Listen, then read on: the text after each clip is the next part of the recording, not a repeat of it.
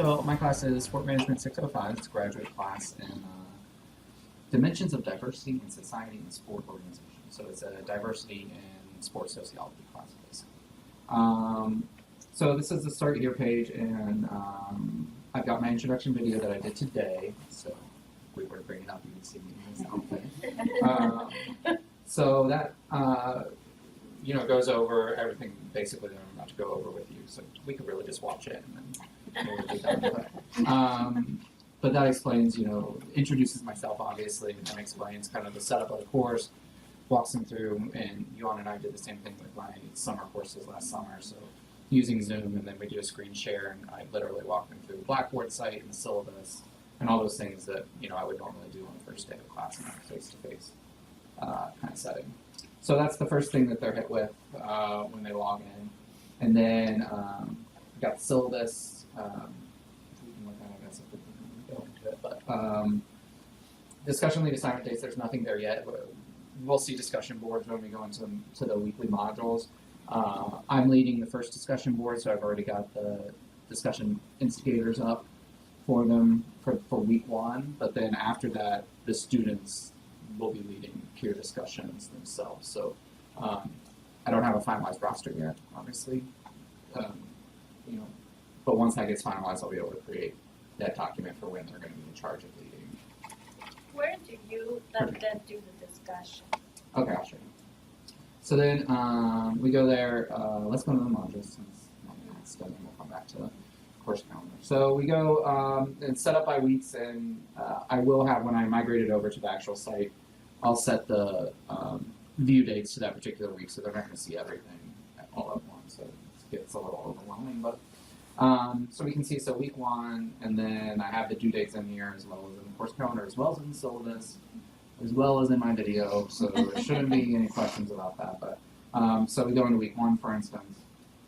There are some supplemental readings, so I just have labeled reading one. I think actually on my other ones I kind of have the title down here where my mouse is, so I need to update that one. But if there's any supplemental reading for that week, those are there, and then we have our discussion boards and voice thread that we have every week. So every week there's going to be a discussion board, there's going to be a voice thread, and it's found in the modules in the exact same order and format for the week. So then you click there and you have the discussion, and you could click here and you could see my instigators for the first week discussion.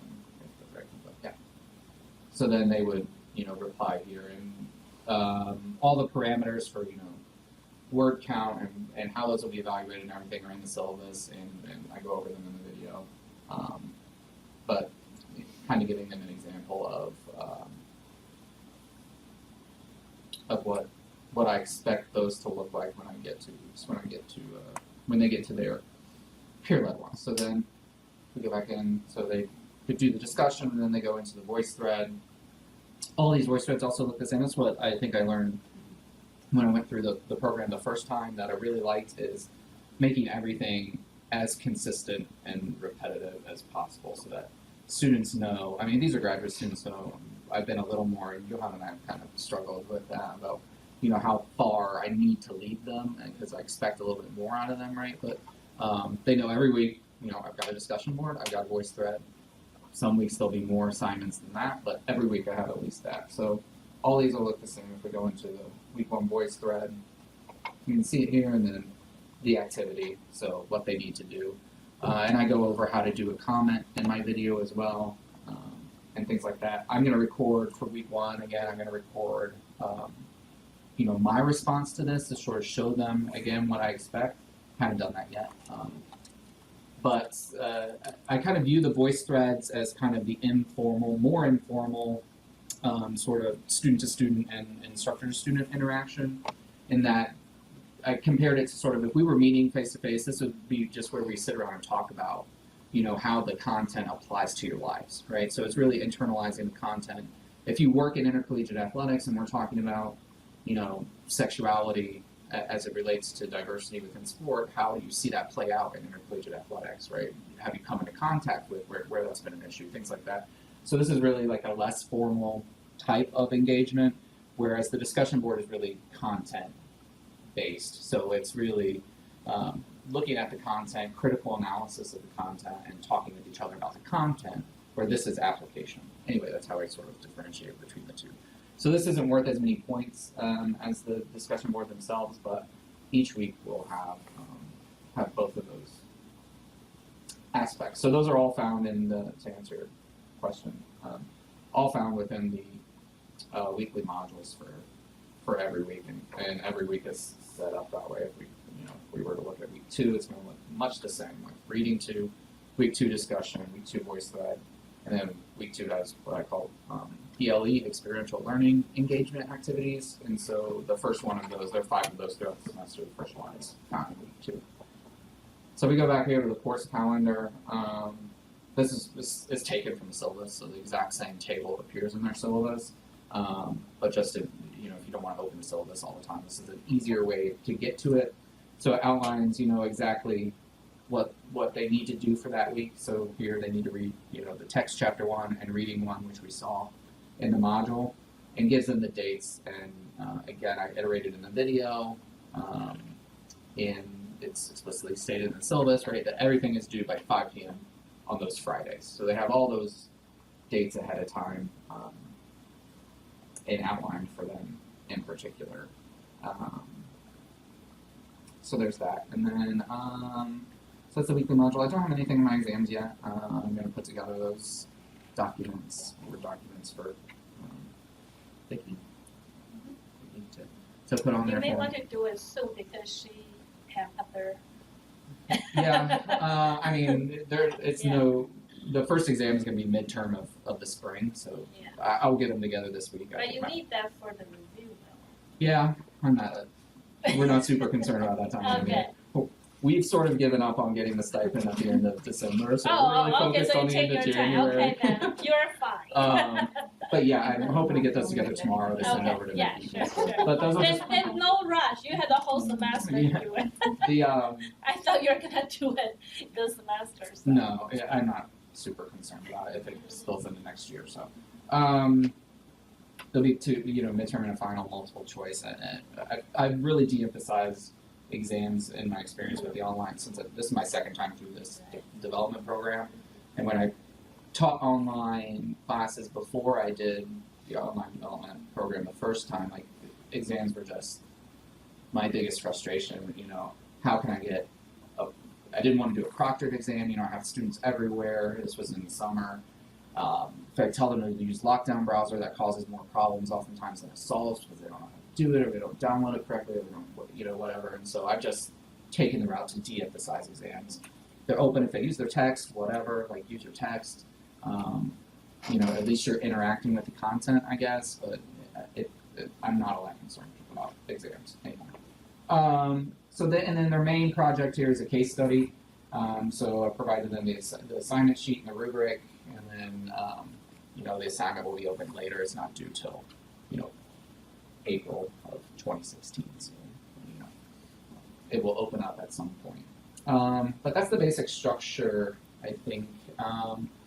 Student interaction, there'll be the requirements on the discussion board, there'll be the peer leaders, and then they respond to the peer leader, but they're also required to respond to each other, at least one each week. So there'll be student-student interaction there. I don't envision too much of my interaction taking place there.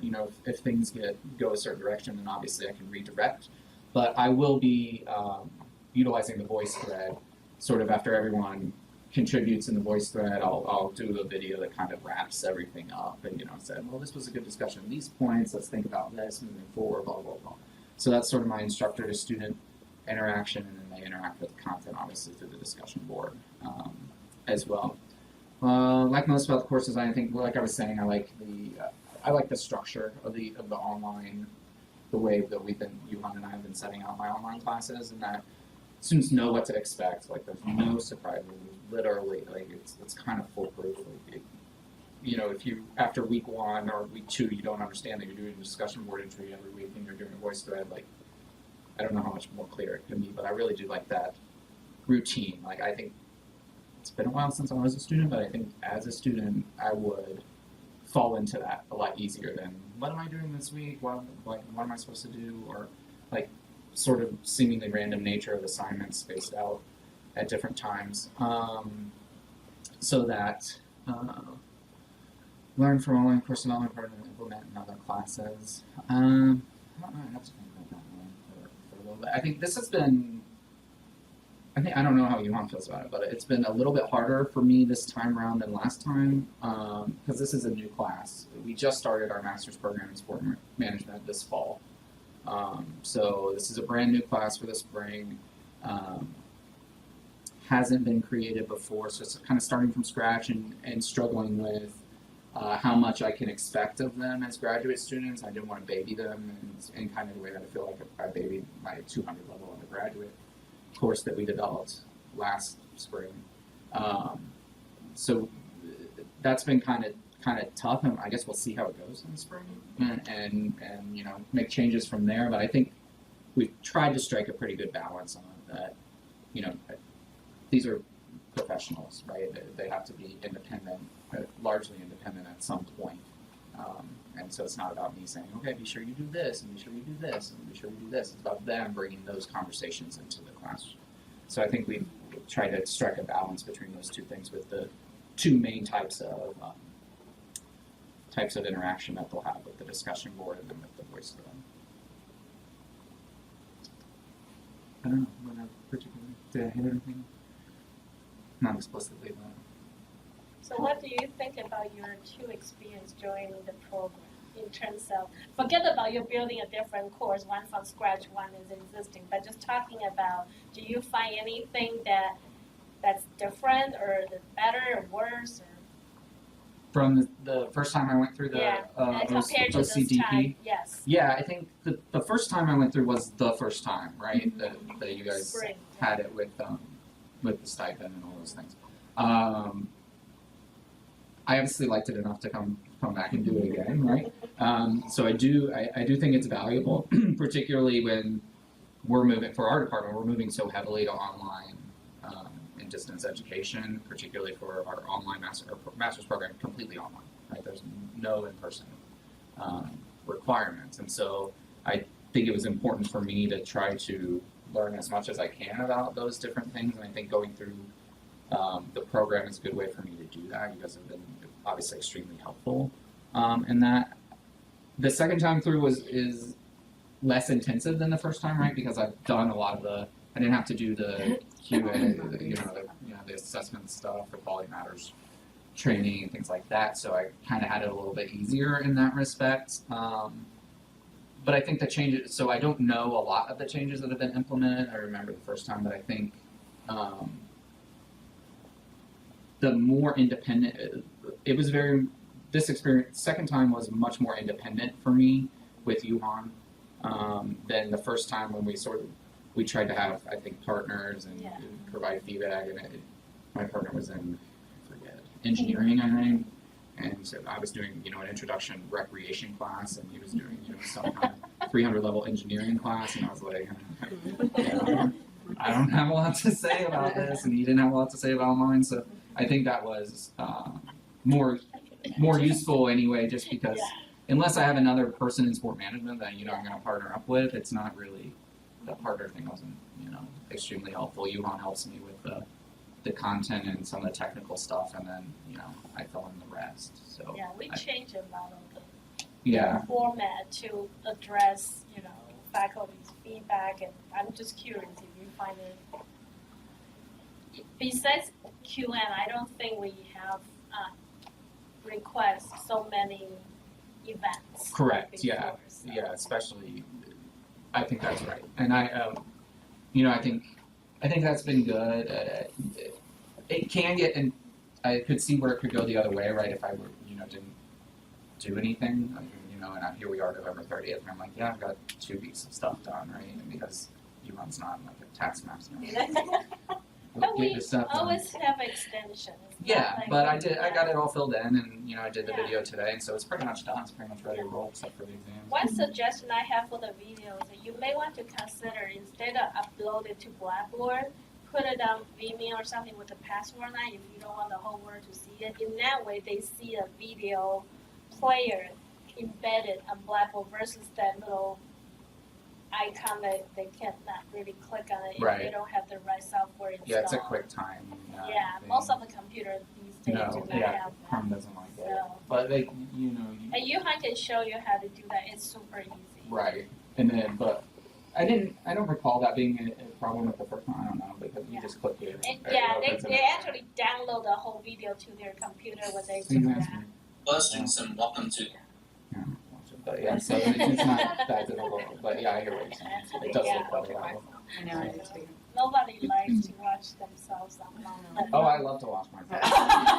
Sorry, you're the For the special one. longest time, I didn't like hearing myself. Yes. I've got two real nitty-gritty questions. Yeah. Number one, what do you think the class size is gonna be here? Because that probably colors the kind of work you're doing. And number two, you said you had expectations on what they were posting, and you used the word count. How do you actually do a word count? Is there a tool for doing the word count? I don't know how to do that. I don't think. I mean, I don't think in the discussion board that it's gonna. But answer your first question right now. I've got 9 enrolled in the class. So it's gonna be a small class. Yeah. I mean, I'm looking at 30. Right. Yeah. I don't know what the graduate classes look like across campus. I don't know how that fills up, but yeah, it's smaller than a normal undergraduate class I'd be dealing with. To answer your question, I don't believe discussion board does. I do have word count requirements. I don't believe discussion board is going to give me those word counts. What generally I find happens from the first time I use discussion board is, right, when you're reading all these together, like you could I think it's 200 words is what the required response is. I imagine it's going to be well over 200 words, right? But if I see a response, I'm like, looks like it's going to be close, right? Then I copy and paste it in a word or whatever. Do the word count there. Right, but most of the time, even when I did it with undergraduates, most of the time it well exceeded what I was just wondering if you knew about a mechanism in Blackboard that I didn't know. I don't believe so. I mean, you guys may know more than me about that, but no, I don't believe that there's something specific about that. But, Good question. yeah. Anything else? Thank you. Great work.